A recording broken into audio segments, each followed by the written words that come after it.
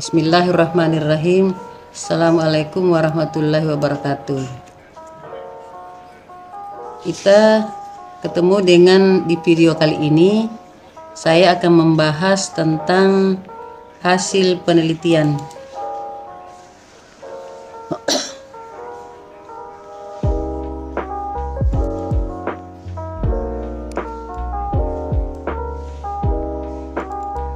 Penulisan hasil penelitian pada penelitian kuantitatif.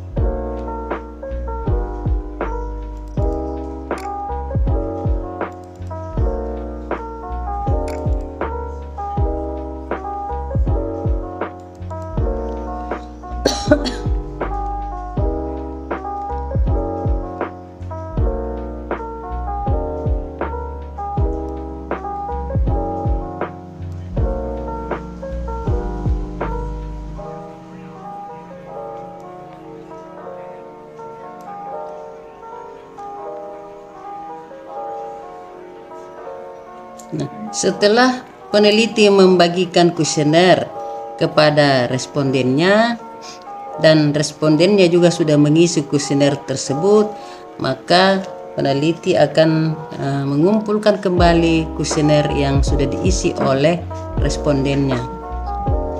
Setelah terkumpul semua, diberi nomor, kemudian ditabulasi. Setelah ditabulasi, barulah dianalisis dengan statistik. Seperti yang saya sudah ungkapkan bahwa analisis statistik itu ada bervariasi tergantung dari model penelitiannya untuk penggunaan statistik itu.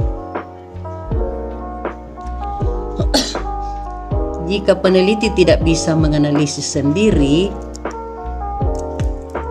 data penelitiannya, maka bisa memberikan kepada orang yang ahlinya, karena memang ini ilmu statistik ini bukan ilmu kita, dan itu dibenarkan kalau kita memberikan minta bantuan olah data kepada orang lain, itu dibenarkan.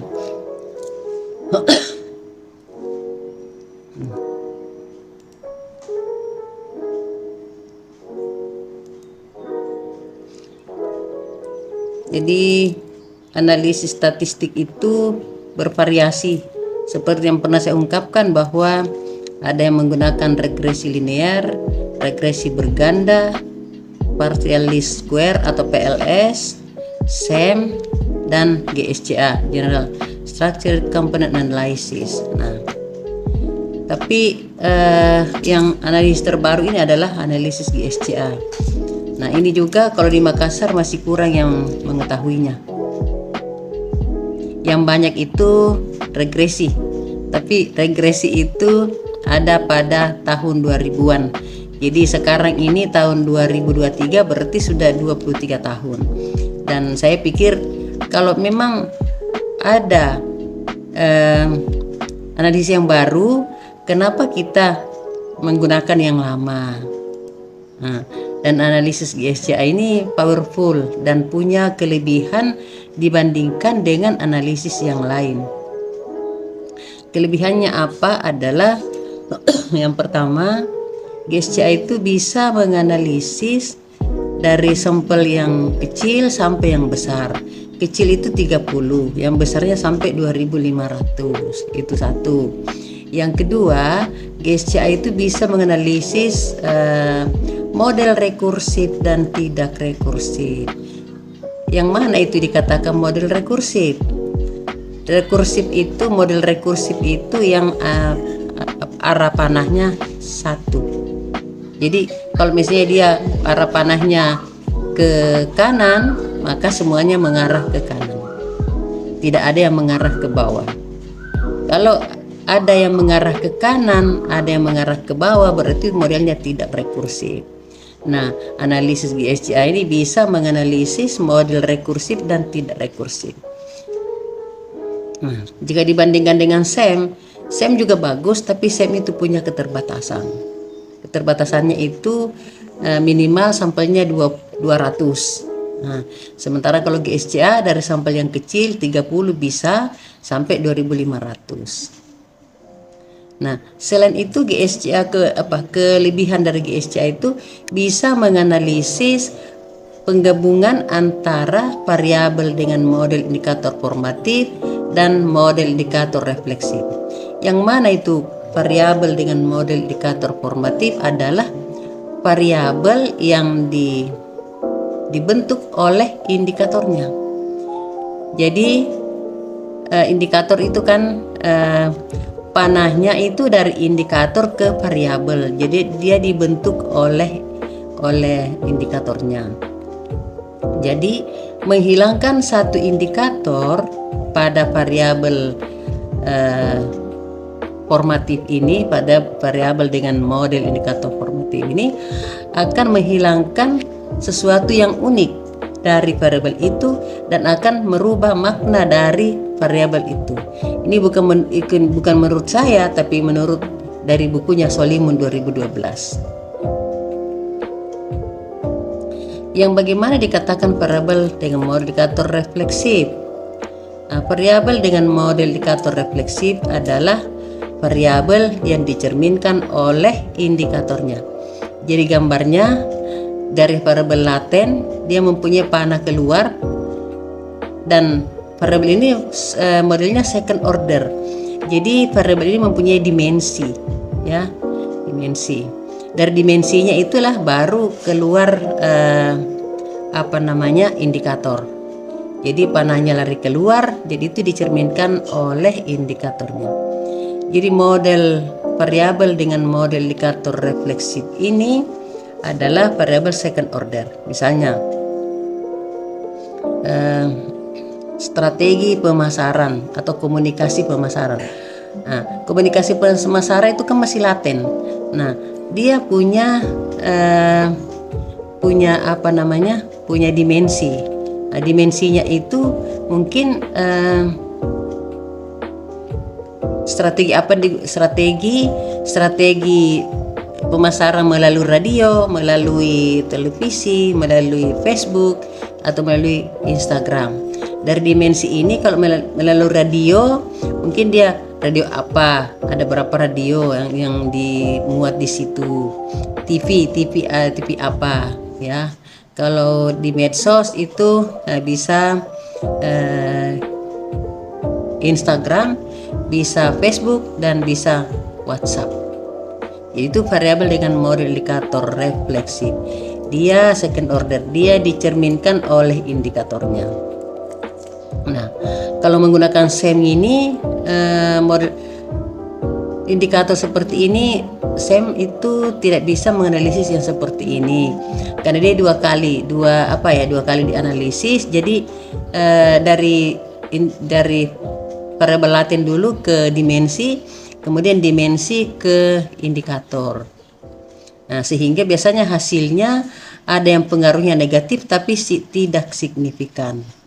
Jadi itulah beberapa keunggulan dari GSCA. Beberapa penelitian saya juga menggunakan GSCA. Sejak saya mengetahui analisis GSCA itu, maka semua jurnal saya yang kuantitatif itu saya menggunakan GSCA. Kenapa? Karena lebih simpel juga dibanding dengan analisis yang lain. Nah, setelah data dianalisis, maka tugas peneliti membuat laporan penelitian atau menulis hasil penelitian. Nah, bagaimana caranya menulis hasil penelitian? Itu kan hasil penelitian itu ada yang pengaruhnya signifikan. Tentu ada tertera di situ nilai CR-nya atau nilai apanya. Kalau dia pengaruhnya signifikan, maka artinya itu hipotesis diterima. Kalau dia signifikan. Dan dia kalau misalnya hasil penelitian itu sama dengan teori, maka dikatakan penelitian ini mendukung teori. Tapi kalau hasilnya dia itu tidak signifikan, maka dicarikan alasannya. Kenapa sampai dia tidak signifikan?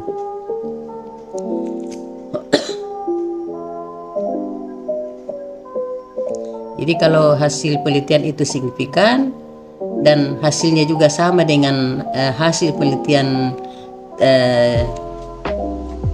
jurnal itu, maka juga dikatakan bahwa penelitian ini mendukung penelitiannya siapa, tahun berapa, menemukan apa.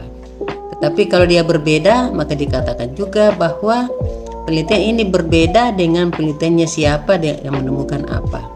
Jadi itulah kalau hasil penelitian signifikan, maka hipotesis diterima. Tapi kalau hasil penelitiannya tidak signifikan, maka hipotesis ditolak. Artinya harus dicarikan alasannya, kemudian ditunjukkan juga nilai yang ada di situ, nilai dari hasil analisisnya. Dan ini hasil uji statistik ini tidak bisa dibantah karena itu hasil uji statistik. Ya, dia melalui angka-angka dan angka-angkanya itu yang dijelaskan. Makanya pada tujuan penelitian pada penelitian kuantitatif dikatakan untuk menganalisis dan menjelaskan. Artinya dianalisis melalui statistik, karena statistik itu angka-angka, kemudian dijelaskan.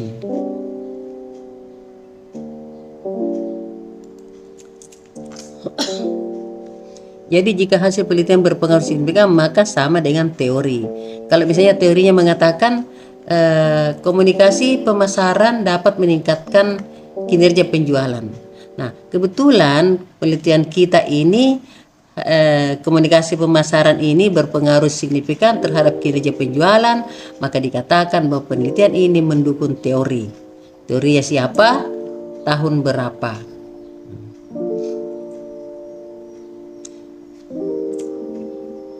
Demikian juga kalau hasil penelitiannya itu sama dengan jurnal, maka dikatakan bahwa penelitian ini mendukung penelitian terdahulu, yaitu siapa namanya, tahun berapa, menemukan apa. Tetapi kalau dia berbeda, maka dikatakan juga berbeda.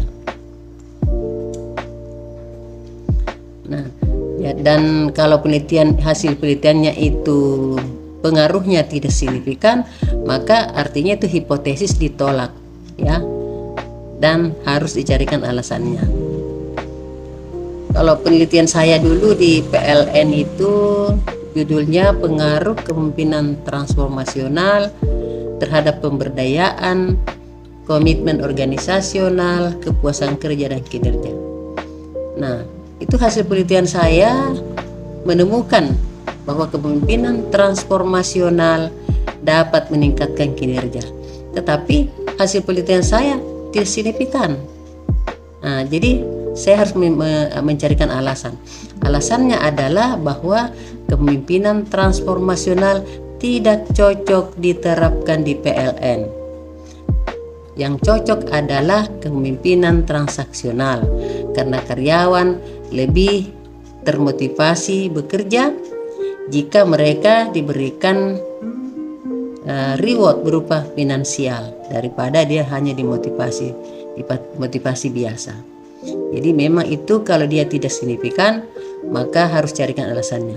Dan setiap penelitian itu yang pengaruhnya tidak signifikan itu adalah temuan. Jadi setiap penelitian kuantitatif itu harus ada yang tidak signifikan. Kenapa saya katakan begitu?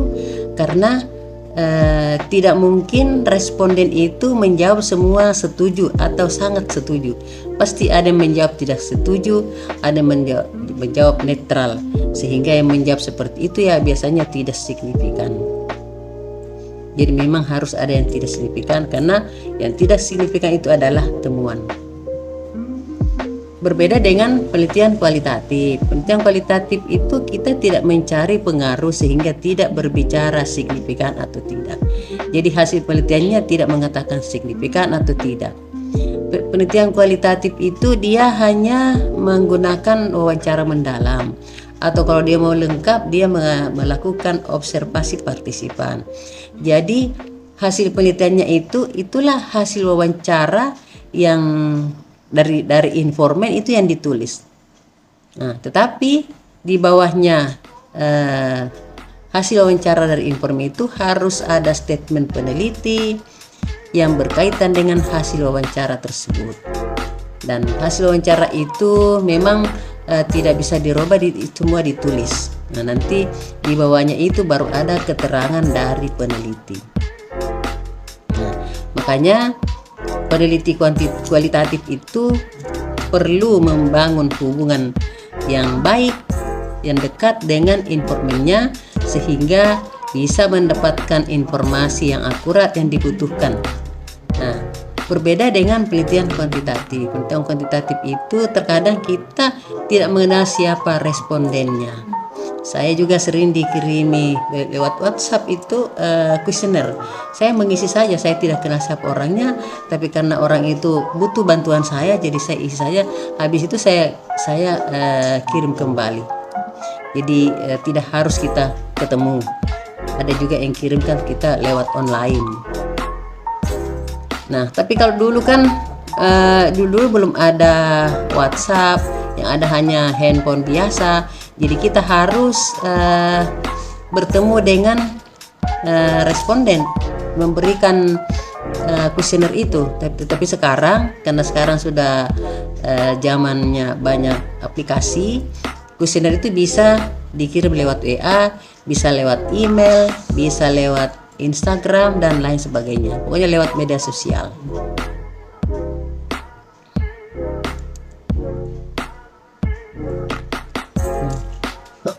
Misalnya di sini,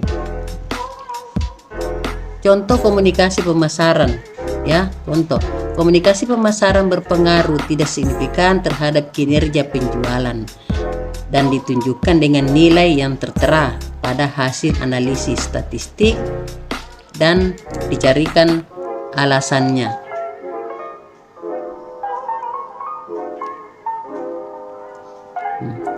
Alasannya apa kalau tidak signifikan? Kalau saya bisa di sini, contoh komunikasi pemasaran berpengaruh tidak signifikan terhadap kinerja penjualan dan ditunjukkan dengan nilai yang tertera pada hasil analisisnya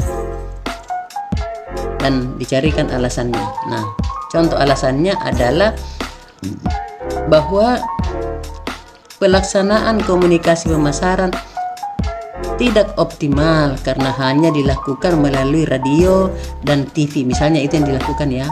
Sementara masih ada media lain seperti melalui media sosial seperti di Instagram dan Facebook serta WhatsApp. Nah, jadi memang untuk media sosial itu bisa melalui WhatsApp, bisa melalui Instagram, bisa melalui Facebook, ya. Jadi kalau memang hasil penelitiannya itu pengaruhnya tidak signifikan, maka harus dicarikan alasannya. Jadi ini hanya contoh saja, ya.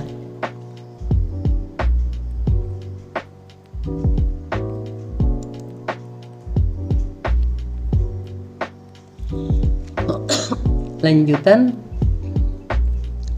Nah, demikian juga hasil penelitian berbeda dengan jurnal pendukung. Maka dikatakan bahwa penelitian ini berbeda dengan penelitiannya siapa, tahun berapa, menemukan apa. Tetapi kalau hasil penelitiannya sama, maka dikatakan penelitian ini mendukung penelitiannya siapa, namanya siapa, tahun berapa, menemukan apa. Jadi di sini jelas. Nah, setelah selesai menulis hasil penelitian, maka tugas peneliti menjelaskan keterbatasan penelitiannya. Karena setiap penelitian punya keterbatasan. Keterbatasannya apa? Bisa saja keterbatasan sampel. Misalnya sampelnya sedikit, ya, sehingga dikatakan keterbatasan sampel. Bisa juga dikatakan keterbatasan waktu, karena kita diberi waktu dan tidak mungkin kita mau meneliti terus, sehingga kita punya keterbatasan. Apalagi kalau mahasiswa, pastilah mau cepat selesai. Jadi ada namanya keterbatasan. Keterbatasan sampel bisa, keterbatasan waktu, dan juga bisa keterbatasan biaya. Nah, karena kalau mahasiswa itu kan masih bagus kalau mahasiswanya itu dapat beasiswa. Tapi bagi yang tidak dapat beasiswa tentu mau cepat selesai. Tapi yang dapat beasiswa mungkin mau menghabiskan dulu beasiswanya sehingga mau berlama-lama.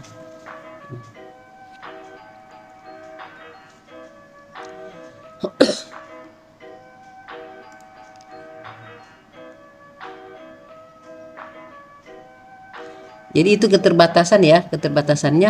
Dan saya sering menguji di Mikom, Unifa, tesis mahasiswa itu tidak ada keterbatasannya, sehingga saya mempertanyakan apa keterbatasan dari penelitiannya. Itu tidak ada. Nah, jadi kalau saya tanya apa keterbatasannya, dia tidak bisa menjawab, berarti baru saya kasih dia masukan. Tapi karena ini kalau di mahasiswa reguler itu kan saya cuma mengajar 7 kali, kemudian dilanjutkan oleh dosen lain, jadi saya tidak sempat menjelaskan keterbatasan penelitian karena saya biasa dari awal-awal. Nah, kemudian dilanjutkan sama dosen lain, jadi materi saya juga terbatas.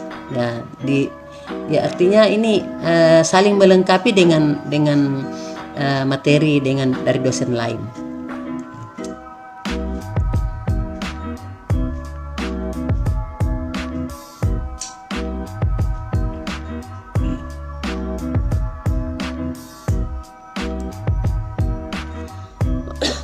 Sama juga kalau misalnya penelitian kualitatif juga ada keterbatasannya. Misalnya yang hanya menggunakan wawancara, ya misalnya keterbatasannya apa? Kurangnya orang yang mau jadi informan, itu bisa jadi keterbatasan. Kurangnya orang mau jadi informan. Apalagi kalau misalnya mau meneliti tentang konflik atau tentang politik, biasanya kurang orang yang mau jadi informan.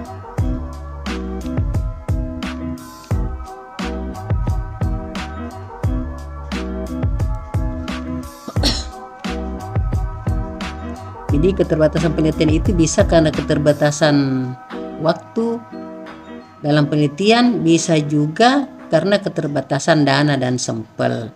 Nah, contoh keterbatasan sampel karena kuesioner yang dibagikan sebanyak 240, namun yang kembali hanya 150. Itu menjadi keterbatasan.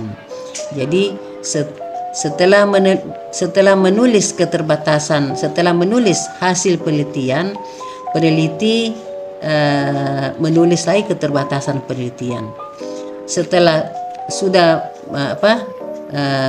menulis keterbatasan penelitian, barulah tugas peneliti adalah menulis kesimpulan atau simpulan dari hasil penelitiannya. Kalau di pembahasan itu kan uraiannya panjang lebar, keterangannya panjang lebar, makanya itu yang panjang lebar itulah yang disimpulkan.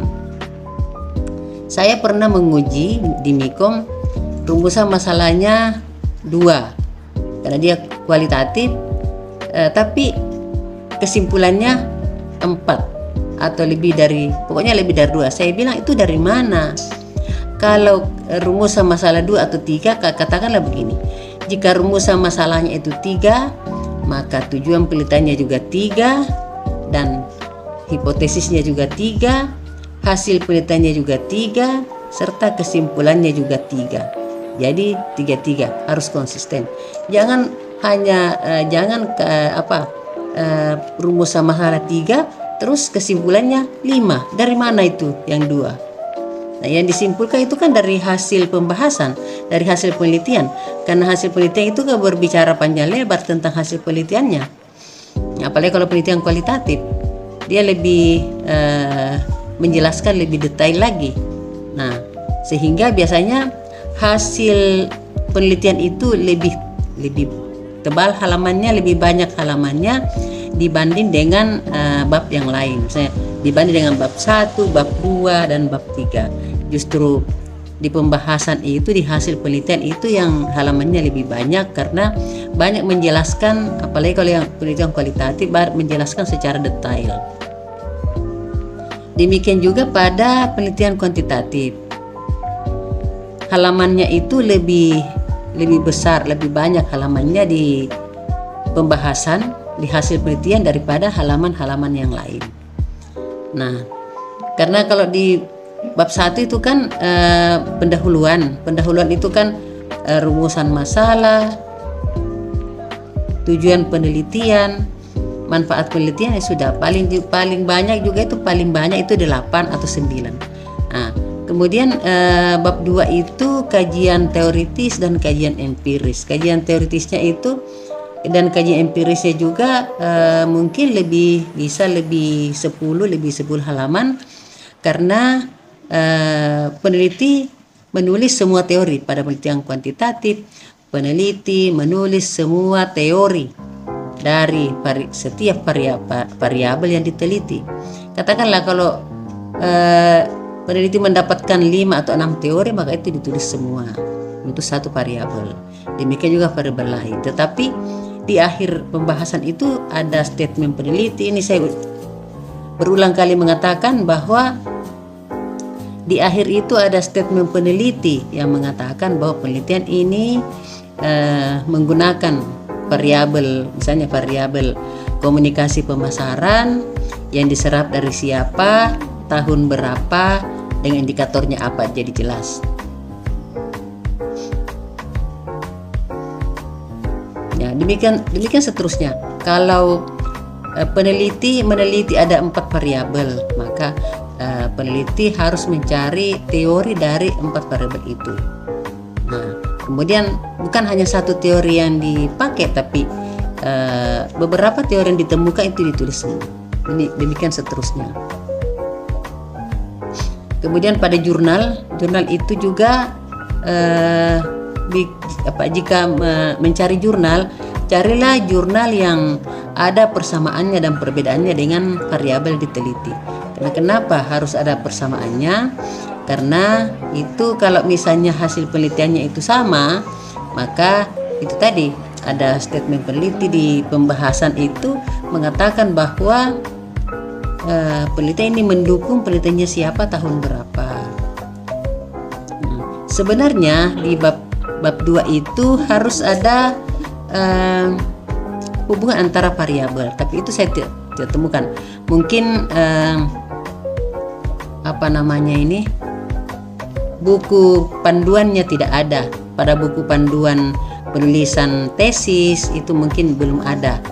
Tapi sebenarnya itu harus ada hubungan antara variabel. Tapi saya pernah temukan juga mahasiswa menampilkan itu, ada dia tulis di tesisnya itu hubungan antara variabel. Jadi bab 2 itu kajian 21 itu kajian teoritis. Jadi semua teori ditulis dengan semua teori ditulis dari variabel diteliti. Yang kedua, kajian empiris. Semua jurnal yang digunakan sebagai pendukung itu semua ditulis. Nah, kemudian ditulis namanya peneliti, apa judulnya, hasil penelitiannya apa, instrumen analisisnya apa, kemudian persamaannya dan perbedaannya. Dulu juga tidak ada persamaan dan perbedaan, tapi saya menganjurkan, kalau tidak ada itu saya mencari mana persamaannya dan mana perbedaannya. Kenapa harus ada persamaannya dan kenapa harus ada perbedaannya? Nah, harus ada perbedaannya supaya ada novelty dari penelitian itu, ada yang berbeda. Kalau misalnya semuanya sama, apa dong novelty-nya? Tidak ada. Kalau hanya lokasi yang berbeda, hasilnya semua sama, itu lain juga, bisa-bisa sama dengan plagiarisme. Makanya sebaiknya harus ada perbedaannya, minimal perbedaannya variabel satu, variabel bedanya. Nah, kemudian peneliti juga sebenarnya bisa melakukan penelitian kompilasi. Ini saya sudah jelaskan juga di kelas lalu. Penelitian kompilasi itu peneliti mencari fenomena dulu. Kemudian dari fenomena itu mencari variabel yang cocok dengan fenomena tersebut. Lalu mencari jurnal pendukung. Dari beberapa jurnal yang diambil itu yang disitasi itu bisa mengambil satu variabel dari jurnal itu, sehingga dia menjadi model baru. Dia melahirkan model baru. Itu namanya penelitian kompilasi, dan itu dibenarkan karena dia menjadikan model baru. Dia membangun model baru. Bukan tidak sama dengan penelitian online karena banyak variabelnya yang berbeda. Namun demikian ya perlu ada persamaannya juga, bukan hanya perbedaan tapi juga persamaan. Sedangkan pada penelitian kualitatif itu lebih kepada pemaknaan, apa maknanya, ya, lebih kepada pemaknaan. Kemudian hasil penelitian kualitatif itu bisa ditransfer ke tempat lain yang tidak jauh berbeda dari lokasi penelitian itu, karena biasanya seperti konflik itu biasanya saling ada kaitannya, saling terkait, ya. Misalnya ada konflik di daerah sebelah, kemudian sebelahnya lagi ada konflik lagi, biasanya itu berkaitan. Mungkin masalah yang dari daerah sebelah itu dibawa lagi ke daerah sebelahnya, sehingga dikatakan bahwa konflik itu saling berkaitan. Jadi dengan meneliti konflik itu berarti harus menggunakan teori konflik yang cocok digunakan itu strukturnya siapa. Nah, karena teori juga kan punya perkembangan. Ada teori yang tidak relevan lagi dengan kondisi saat ini. Nah, seperti teorinya Karl Marx. Nah, teori konflik dari Karl Marx itu mengatakan bahwa antara buruh dan majikan tidak pernah kerjasama, tapi selalu berkonflik. Itu dulu. Itu waktu terjadinya revolusi industri Inggris, para pemilik modal membangun pabrik dan mempekerjakan orang-orang yang tidak punya modal tetapi dengan gaji yang minim. Sehingga lama-kelamaan karyawan itu merasa bahwa tenaganya dieksploitasi dan dia berontak. Nah, dia berontak, akhirnya lahirlah teori konflik dari Karl Marx yang mengatakan bahwa antara buruh dan majikan selalu berkonflik. Nah, tetapi belakangan para pemilik modal ini menyadari bahwa memang gajinya minim, sehingga memperbaiki sistem penggajian, sehingga antara buruh dan majikan tidak lagi berkonflik karena buruh merasa bahwa tidak lagi dieksploitasi tenaganya. Akhirnya mereka bekerja sama dan lahir lagi teori Dahrendorf mengatakan bahwa antara buruh dan majikan tidak pernah berkonflik. Jadi makanya saya bilang teori itu ada masa berlakunya. Sama juga teori Sayok yang mengatakan bahwa masyarakat perkotaan lebih banyak mengkonsumsi nasi atau beras dibanding masyarakat pedesaan.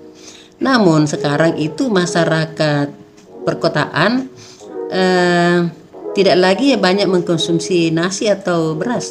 Kenapa? Karena di kota itu banyak pengganti nasi.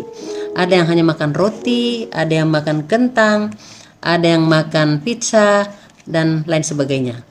Nah, sedangkan di desa kurang pengganti nasi, sehingga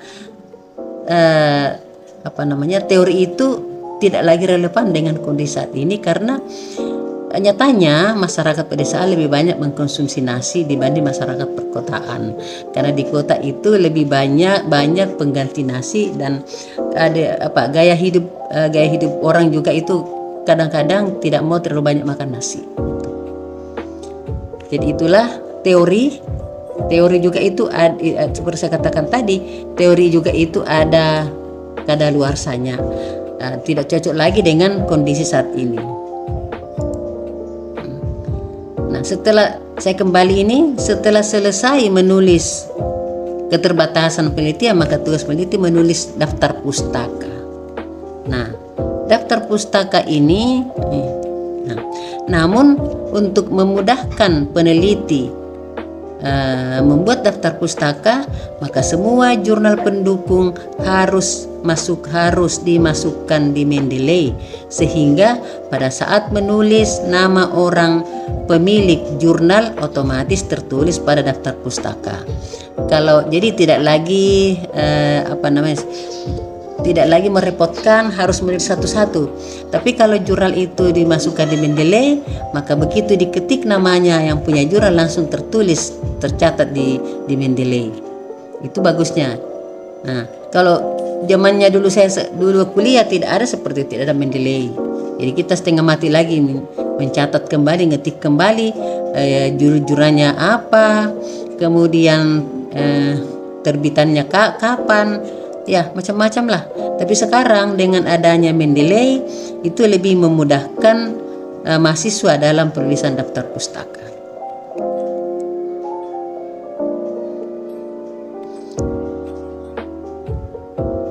Jadi ini juga saya melihat kalau jurnal itu masuk Mendeley, daftar pustakanya itu lebih teratur ya, dan tidak tidak capek. Kita tidak capek menulis satu-satu. Nah, itulah. Jadi pada daftar pustaka itu semua buku yang kita gunakan itu semua tercatat di daftar pustaka. Demikian juga jurnal, tapi kan harus masuk, kalau sudah masuk Mendeley kita tidak pusing lagi kan, itu langsung tercatat sendiri. Nah, itu bagusnya karena sekarang ini banyak aplikasi. Nah, kemudian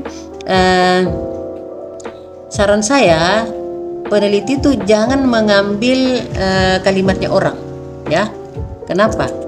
Kenapa tidak boleh mengambil kalimatnya orang? Karena itu nanti tulisannya itu hasil penelitiannya nanti kan masuk di Turnitin. Kalau Turnitinnya tinggi, kalau kita banyak menggunakan memakai kalimatnya orang, maka Turnitinnya tinggi.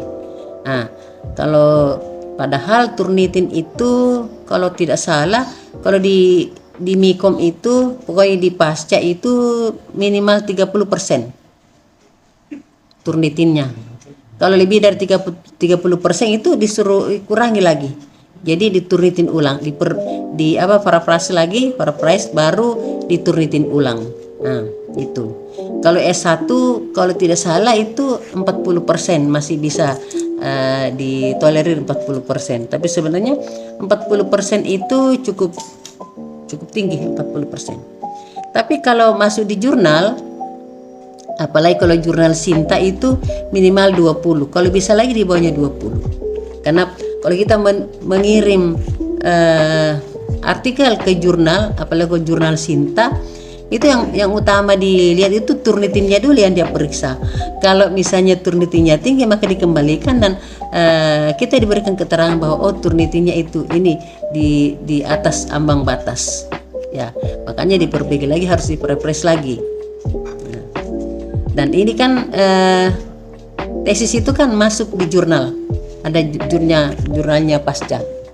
Nah, makanya saran saya jangan mengambil kalimatnya orang, tapi harus buat kalimat sendiri, jangan mengambil kalimatnya orang. Karena kenapa? Karena Turnitinya nanti tinggi. Nah, sama juga kalau misalnya teori, meskipun itu teori, tapi harus kita pahami dulu teori itu. Kita memahami teori itu, lalu kita paraphrase. Kita harus jangan sama kata-katanya, tapi harus kita rubah kata-katanya. Nah, sama juga kalau misalnya mengambil hasil penelitiannya orang dari jurnal itu, harus kita punya kalimat sendiri. Tapi yang penting dia maknanya sama, tujuannya sama. Jadi jangan mengambil kalimatnya orang, supaya aman dari Turnitin. Dan untuk memang hasil penelitian ini, saya pikir ini untuk penulisan hasil penelitian pada penelitian kuantitatif ini tidak jauh beda dengan penelitian kualitatif. Karena penelitian kualitatif juga itu ada juga jurnal pendukung, dan jurnalnya juga itu kalau memang sama, maka bisa juga dikatakan bahwa ini sama dengan penelitiannya siapa, tahun berapa. Nah, hanya saja bedanya kalau penelitian kualitatif itu kan tidak mencari pengaruh, ya. Nah, sehingga judulnya itu simple artinya bahwa tidak semua yang diteliti itu tercantum di judul, berbeda dengan penelitian kuantitatif. Dan ini untuk video kali ini, video singkat ini video terakhir dari saya. Ya, semoga mahasiswa bisa mendengar dan memahami bagaimana menulis hasil penelitian. Karena ini video terakhir dari saya untuk mata kuliah metodologi penelitian komunikasi. Dan jika ada pertanyaan bisa ditanyakan nanti pada kolom chat, atau bisa lewat Zoom, atau bisa juga lewat WA dengan saya. Bisa. Nah, Semoga mahasiswa bisa membaca dan memahami apa yang saya jelaskan sehingga bisa menulis hasil penelitian dengan baik dan benar. Saya kira untuk kali ini saya tutup dengan wabillahi taufiq wal hidayah. Wassalamualaikum warahmatullahi wabarakatuh dan selamat sore.